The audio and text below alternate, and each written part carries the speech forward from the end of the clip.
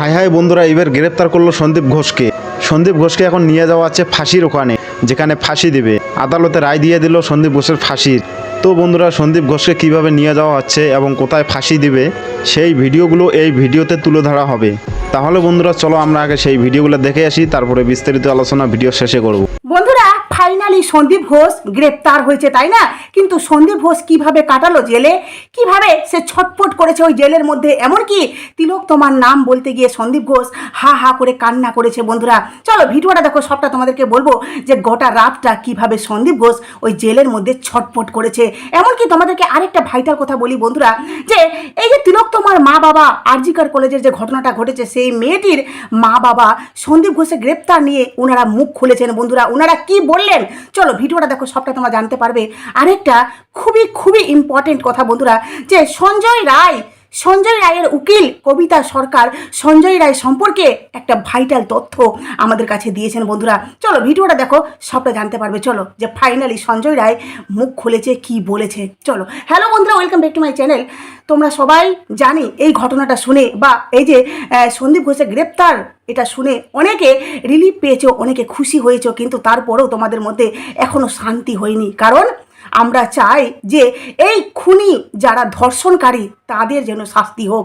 সন্দীপ ঘোষ গ্রেপ্তার হয়েছে, কিন্তু কি কারণে হয়েছে আশা করি তোমরা জানো, আর জানো না তো আমি এটা বলে দিই যে সন্দীপ ঘোষ কিন্তু দুর্নীতির কারণে কিন্তু গ্রেপ্তার হয়েছেন, তাই না? উনাকে গতকালকে মানে বিগত উনাকে 18 দিনে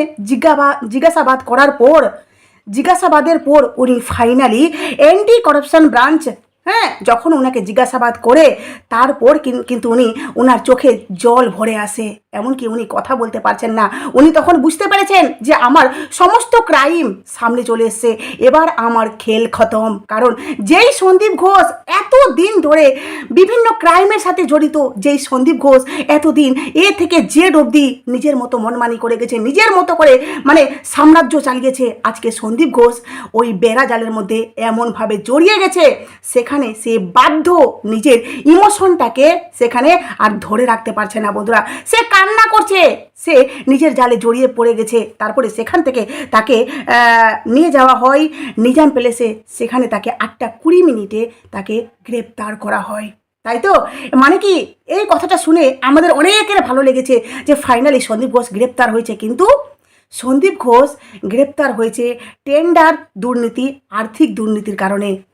মানে এই যে অ্যান্টি করাপশনের ব্রাঞ্চ জিজ্ঞাসাবাদ যখন করছিলেন ওনাকে 2021 সালের এই আর্থিক দুর্নীতির কারণে ওনাকে গ্রেপ্তার করা হয়েছে। কিন্তু এখনও অবধি এই যে আমাদের তিলক তোমার যে খুন, তিলক তোমার যে ধর্ষণ, ওই ধর্ষণকারীর কারণে সন্দীপ ঘোষকে কিন্তু গ্রেপ্তার করা হয়নি। ওটার এখনও অবধি তদন্ত চলছে, এখনও অবধি ওটা নিয়ে মানে জিজ্ঞাসাবাদ বা বলতে পারো ওটার এখনও কাজ চলছে, তদন্ত চলছে। কিন্তু ফাইনালি সন্দীপ ঘোষ দুর্নীতির কারণেই হোক না কেন উনি কিন্তু অ্যারেস্ট হয়েছেন।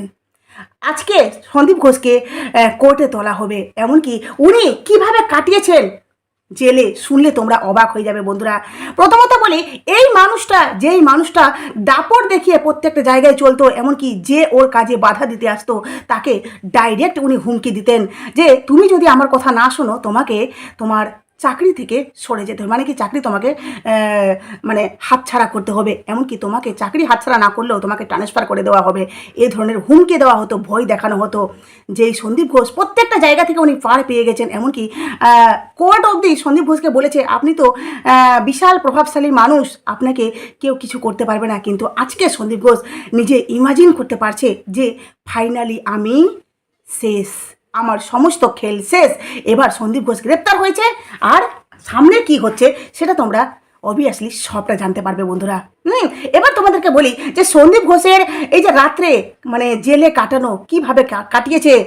উনি রাত্রেবেলা নাকি উনি খাননি, এমনকি উনি মানে সারা রাত ঘুমাবো করেননি, এমনকি উনি মশার কামড়ে রীতিমতো ছটফট করছেন, একাত ও কাত ও পাশ এ পাশ উনি ছটফট করেছেন। এমনকি ওনাকে যখন গ্রেপ্তার করা হয় উনি সেখান থেকেই নিজের ওয়াইফকে ফোন করেন, এমনকি ওয়াইফকে ফোন করে জানান যে আমাকে গ্রেপ্তার করা হয়েছে, এমনকি ওয়াইফকে বলেন যে আমার আইনজীবীকে এই বিষয়ে বলে দাও।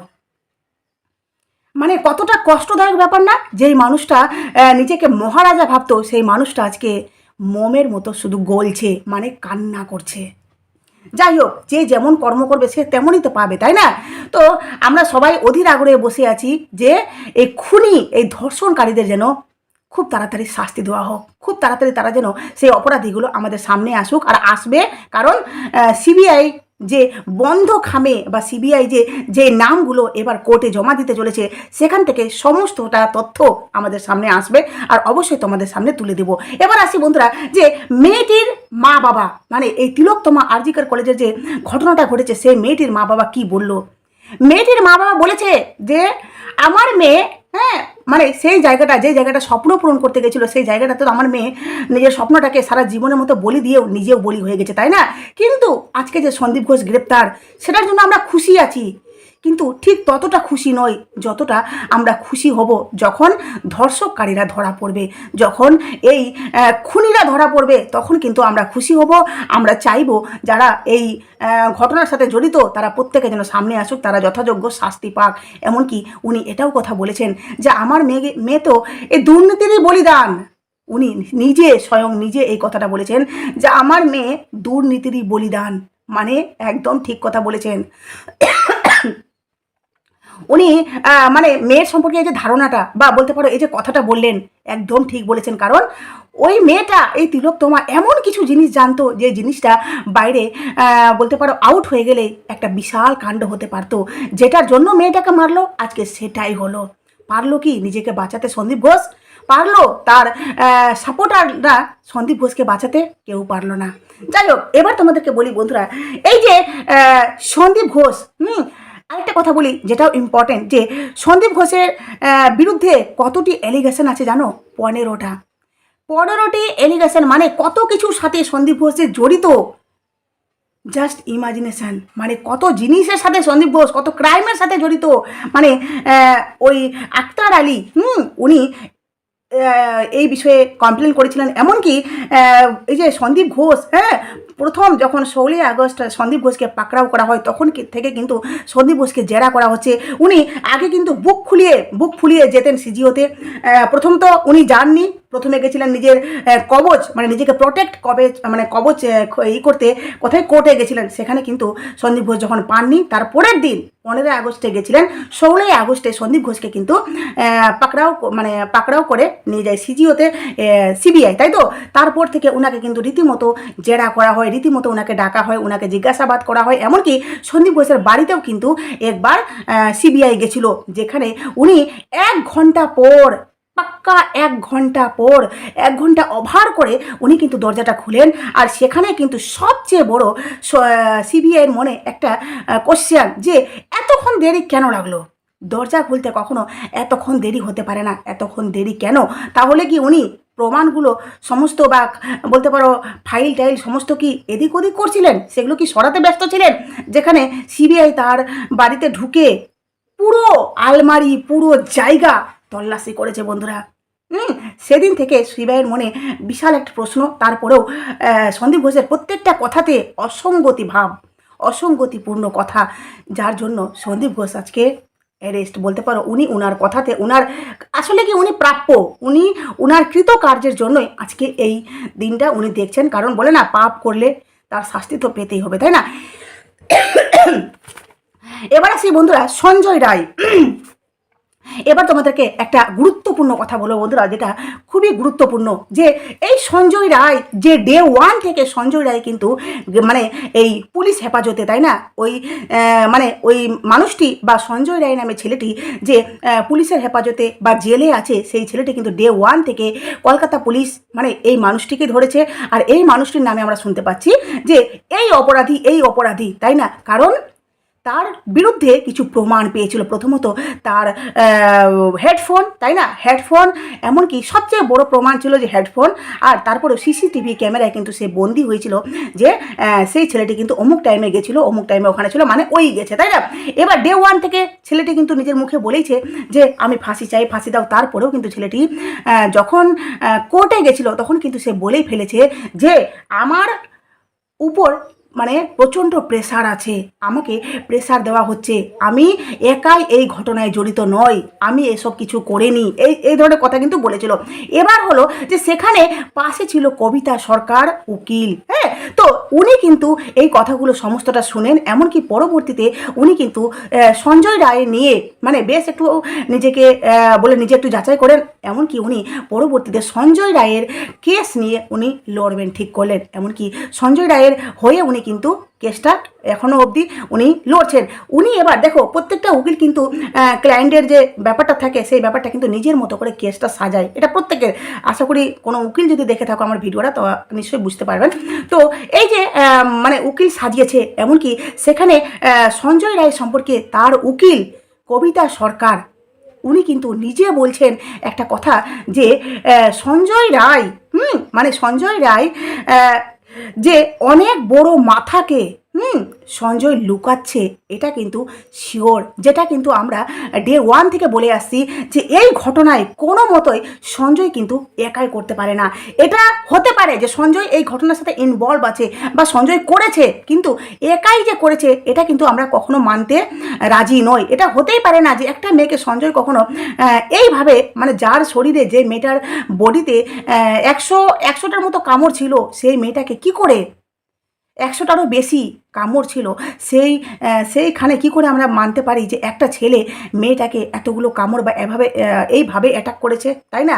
এমনকি সঞ্জয়ের যে বডি সেটা দেখেও কিন্তু মনে হয় না, তারপরেও কিন্তু আমরা এটা মানি যে মেয়েটাকে কিন্তু নিশ্চয়ই একটা গ্যাংরেপ বা যাই হোক। তো স্বয়ং মানে সঞ্জয়ের উকিল কিন্তু এই কথাটি বলেছেন যে সঞ্জয় কোনো একটা বড় মাথাকে লুকানোর চেষ্টা করছে, এমনকি 9 তারিখে সঞ্জয় পলিগ্রাফ টেস্টে বা সঞ্জয় যেটা নিজের মতো করে বলেছে যে 9 তারিখে যে আমি পেশেন্ট নিয়ে কিন্তু আরজি কর হাসপাতালে গেছিলাম। মানে তোমরা সবাই জানো যে সঞ্জয় কিন্তু একটা দালালি মানে পেশেন্ট বাইরে থেকে নিয়ে আসতো, সে কিন্তু ভর্তি করতো, সেটা বিনিময়ে সে টাকা নিত, এটা কিন্তু কাজ সঞ্জয় কিন্তু আরজি কর হাসপাতালে কিন্তু করতো। তো সেদিনও ঠিক সেইভাবেই নাকি সঞ্জয় যেটা বলেছে সেই কথাটাই তোমাদেরকে বলছি যে সঞ্জয় বলেছে যে আমি আরজি কর হাসপাতালে সেদিন পেশেন্ট নিয়ে গেছিলাম, আর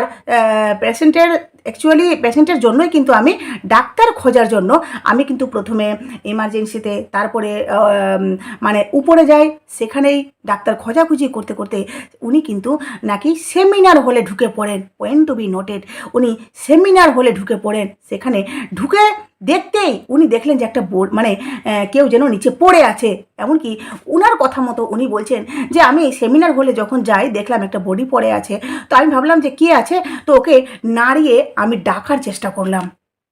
যখন এভাবে টাচ করে মানে হাত দিয়ে যেভাবে নাড়িয়ে ওকে ডাকার চেষ্টা করছে, দেখছে এ তো বডি, এ তো মৃতদেহ। তারপর কিন্তু উনি নাকি সেখান থেকে মানে হন্তদন্ত হয়ে বেরিয়ে পড়ে, আর সেই হন্তদন্ততে নাকি ওর ব্লুটুথ হেডফোন সেখানেই নাকি পড়ে যায়। তাহলে এই যে কথাটা, এই যে সঞ্জয় যে এই বয়ানটা দিয়েছে, এই কথাটার পরিপ্রেক্ষিতে একটা কথা আসছে যে এই যে সঞ্জয় হন্তদন্ত হয়ে চলে আসলো, তাহলে সিসিটিভি ফুটেজে কি করে সেখানে এত টাইমের মানে 37 মিনিট বা 37 থেকে 40 মিনিট কি করে ডিস্টেন্স দেখা গেল, এত মিনিট তাহলে ওখানে ওই কী করছিল? একটা বিশাল বড় প্রশ্ন সবার সামনে, তাই না? এমনকি যে আর কবিতা সরকার মানে সঞ্জয়ের উকিল এই কথাটাও বলেছে যে ক্রাইম সিন তো আর নেই, ক্রাইম সিনকে তো ভেঙে চুরে দেওয়া হয়েছে, কারণ এটা তো শিওর যে সেমিনার হলে কিন্তু এই ঘটনাটা ঘটেনি, এই ঘটনাটা অন্য জায়গায় ঘটেছে, আর যেই জায়গাটা ভেঙে চুরে প্রমাণ পুরো শেষ করে দেওয়া হয়েছে। এই কথাটা কিন্তু কবিতা সরকার মানে সঞ্জয়ের উকিল বলছেন। আর যেই কথাটা সঞ্জয় বলেছে যে আমি তো কিছু করেইনি, আমি অলরেডি যখন গেছিলাম তখন কিন্তু ঘটনাটা ঘটে যায়, আর সেটা দেখে আমি হন্তদন্ত হয়ে সেখান থেকে বেরিয়ে পড়ি। কিন্তু আমি একটা নর্মাল ভিউয়ার্স বা জনগণ হয়ে একটা কথা বলি বন্ধুরা, এই যে সঞ্জয় এত মিনিটের ডিস্টেন্স, সেখানে তো একটা প্রশ্ন আছে, তারপরেও বলি এই যে সঞ্জয় উপর থেকে নিচে আসলো, সেখানে তো একটা টাইমের ডিস্টেন্স আছেই, তাই না? সেখানে তো একটা বিরাট বড় প্রশ্ন। কিন্তু তারপরেও আরেকটা প্রশ্ন তোমাদের সামনে আমি রাখি বন্ধুরা, একজন মানে ভিউয়ার্স বা একজন জনগণ হয়ে আমি এই কথাটা তোমাদেরকে বলি যে এই যে ব্লুটুথ হেডফোন, এই হেডফোনটা কিন্তু যখন পড়েছিল তখন কিন্তু মেয়েটি মানে আমাদের তিলোত্তমা কিন্তু একটা ঘরে একাই ছিল, তাই না? তো সেখান থেকে সঞ্জয় যখন ঘর থেকে বের হয় তাড়াহুড়োতে তার হেডফোন নাকি ছিঁড়ে সেখানে পড়ে যায়, কিন্তু সেই হেডফোনটা, তাই না, পয়েন্ট টু বি নোটেড, সেই হেডফোনটা এই যে পুলিশ কিন্তু মানে 9টার সময় বডিটাকে দেখা হয় আর পুলিশ কিন্তু সেখানে মানে 10টা 10-এ সেখানে পৌঁছায়। তাহলে এই যে 9টা এমনকি 9:30টার সময় নিচে খবর যায়, এই যে টাইমের ডিস্টেন্সগুলো, তাহলে কি এই হেডফোনটা আর কেউ দেখেনি? সরাসরি পুলিশই কেন দেখলো বন্ধুরা? তাহলে হেডফোনটা তো অন্য কেউ দেখতে পারতো, তাহলে মানে কোনো স্টুডেন্ট বা সেখানকার কোনো জুনিয়র ডক্টর কেউ তো দেখতে পারতো, তাই না? কিন্তু না, হেডফোনটা সরাসরি কে দেখেছে? মানে কলকাতা পুলিশ। মনে হচ্ছে না কেমন যেন একটা ব্যাপারটাকে পুরো মানে দেখো, আমি এটা একটা জনগণ হিসাবে জাস্ট আমার মানে মতামতটা আমি দিচ্ছি, হ্যাঁ, যে এটা একটা কেমন সাজানো গোছানো মনে হচ্ছে না প্ল্যানিং। যে হেডফোনটা কেন শুধুমাত্র কলকাতা পুলিশের চোখে পড়লো? কেন তার আগে আরও কারো চোখে পড়েনি? এমনকি একটা ভিডিও ভাইরাল হয়েছিল বন্ধুরা, যে ভিডিওটাতে আমরা দেখেছিলাম যে একজন সেই সেমিনার হলে গিয়ে যেখানে তিলোত্তমা নিচে পড়েছিল, তার পা কিন্তু দেখা যাচ্ছিল, আর একজন কিন্তু সেখানে গিয়ে একদম বিন্দাস সেই ঘরের মধ্যে ভিডিও করে যাচ্ছে, কোনো বাধা নেই, এমনকি সেই ঘরে কিন্তু কেউ নেই। তাহলে সেই ফুটেজটা কখনকার? ডাক্তার মানে পুলিশ আসার আগে কি? তাহলে ওই মানুষটি যখন যায় তখন কি এই হেডফোনটা দেখেনি? হেডফোনটা কি কারো চোখে পড়েনি? একটা কোশ্চেন উঠছে না? এরপরেও বলি যে এই যে আমাদের কলকাতা পুলিশ, হ্যাঁ, ওনারা বলছেন যে আমরা 40 ফুট অবধি পুরো কর্ডন করে দিই। তাহলে এই যে এরিয়া, এই এরিয়া অবধি যে কর্ডন করে, তাহলে কি হ্যাঁ মানে যখন বডিটা ছিল তাহলে কতক্ষণ পরে করলো? হ্যাঁ, কতক্ষণ পরে করলো যে ব্লুটুথটা কেউ দেখতে পেলো না? মানে কেমন কেমন একটা ব্যাপারটা গোছানো লাগছে না? দেখো, একটা ঘরে যখন বডি বা কিছু থাকে পুরোপুরি কী করে ঘরটাকে লক করে দেওয়া হয়, তাই না? যে বাপরে এই ঘটনাটা আছে, পুরো পুলিশ আসার পর পুরো ব্যাপারটাকে মানে তদারক করবে, তাই না? বা এই যে পুলিশ গেল, কেন 40 ফুট এরিয়াটাকেই করা হলো, মানে সেই জায়গাটাকে পুরো ঘিরে দেওয়া হলো, কেন পুরো ঘরটাকে সিল করা হলো না? পুরো ঘরটাকে মানে একটা কি বলবো মানে কর্ডন করা হলো না? পুরো ঘরটাকে একটা জায়গার মধ্যে বেঁধে দেওয়া হলো না কেন? যে এই দিকে যারা তদন্ত করবে তারাই থাকবে, এপার যেন কেউ না আসতে পারে। মানে কেমন ব্যাপারটা একটা কনফিউশন, হ্যাঁ। যেখান থেকে এই যে কবিতা সরকার সঞ্জয়ের হয়ে যে কেস লড়ছেন, উনি কিন্তু একটা বিশাল কথা আমাদের সামনে বলেছেন যে সঞ্জয় এখনও অবধি কিন্তু কোনো একটা মাথাকে লুকানোর চেষ্টা করছে। যাই হোক, এই বিষয়ে যতটা খবর পেয়েছি ততটা তোমাদের কাছে দিলাম। তবে একটা কথাই বলবো যে অপরাধী আমাদের সামনে আসতে বাধ্য। যেখানে সন্দীপ ঘোষের মতো মানুষকে কোনোদিনও আমরা ভাবিনি যে এই মানুষটা অ্যারেস্ট হতে পারে, তাই না? মানে ভাবিনি বলতে সন্দীপ ঘোষ ভাবিনি, আমরা ভাবিনি না, আমরা তো আগে জানতামই না। এই ঘটনার পর থেকে RG কর হাসপাতালে যে ঘটনাটা ঘটেছে তিলোত্তমার সাথে, এই তিলোত্তমার ঘটনার পর থেকে কিন্তু আমরা এই বিষয়ে বা জনগণরা এই বিষয়ে কিন্তু প্রতিবাদ বা আন্দোলন, তাই না? বা বলতে পারো জুনিয়র চিকিৎসকরা আজকে কিন্তু আন্দোলন করছেন, ওনারাও কিন্তু একটা অভিযান করছেন। তো এই যে ঘটনাটার পর কিন্তু আগে তো আমরা কেউ জানতাম না, কিন্তু এই যে আগে এই সন্দীপ ঘোষ নিজেকে রাজা ভেবে এই যে সাম্রাজ্যটাতে মানে শাসন করেছে বা নিজের মতো করে মনমানি করেছে, উনি কিন্তু কখনো ভাবেননি যে আমাকে কেউ বশ করতে পারবে। কিন্তু ওই যে বাপেরও বাপ আছে, তো আজকে ঠিক সেই দিনটাই হলো। যাই হোক, উনি আজকে কোর্টে তুলবেন, এবার সেখানে কি হচ্ছে সবটাই তোমাদের সামনে তুলে ধরবো। চলো, ভিডিওটা ভালো লাগলে অবশ্যই আমার পাশে থাকো, আর নতুন থাকলে চ্যানেলটি সাবস্ক্রাইব করে নোটিফিকেশন রাখে প্লিজ পাশে থেকো। অবশ্যই কমেন্টে লিখো উই ওয়ান্ট জাস্টিস, আমরা অপরাধীদের শাস্তি চাই, তিলোত্তমার অপরাধীদের শাস্তি চাই, তাই না? তাহলে বন্ধুরা সব কিছু দেখার পরে আপনাদের কি মতামত হইলো তা কিন্তু অবশ্যই কমেন্ট করে জানিয়ে দেবেন। তাহলে দেখা হচ্ছে বন্ধুরা পরবর্তী অন্য কোনো ভিডিওতে। আল্লাহ হাফেজ।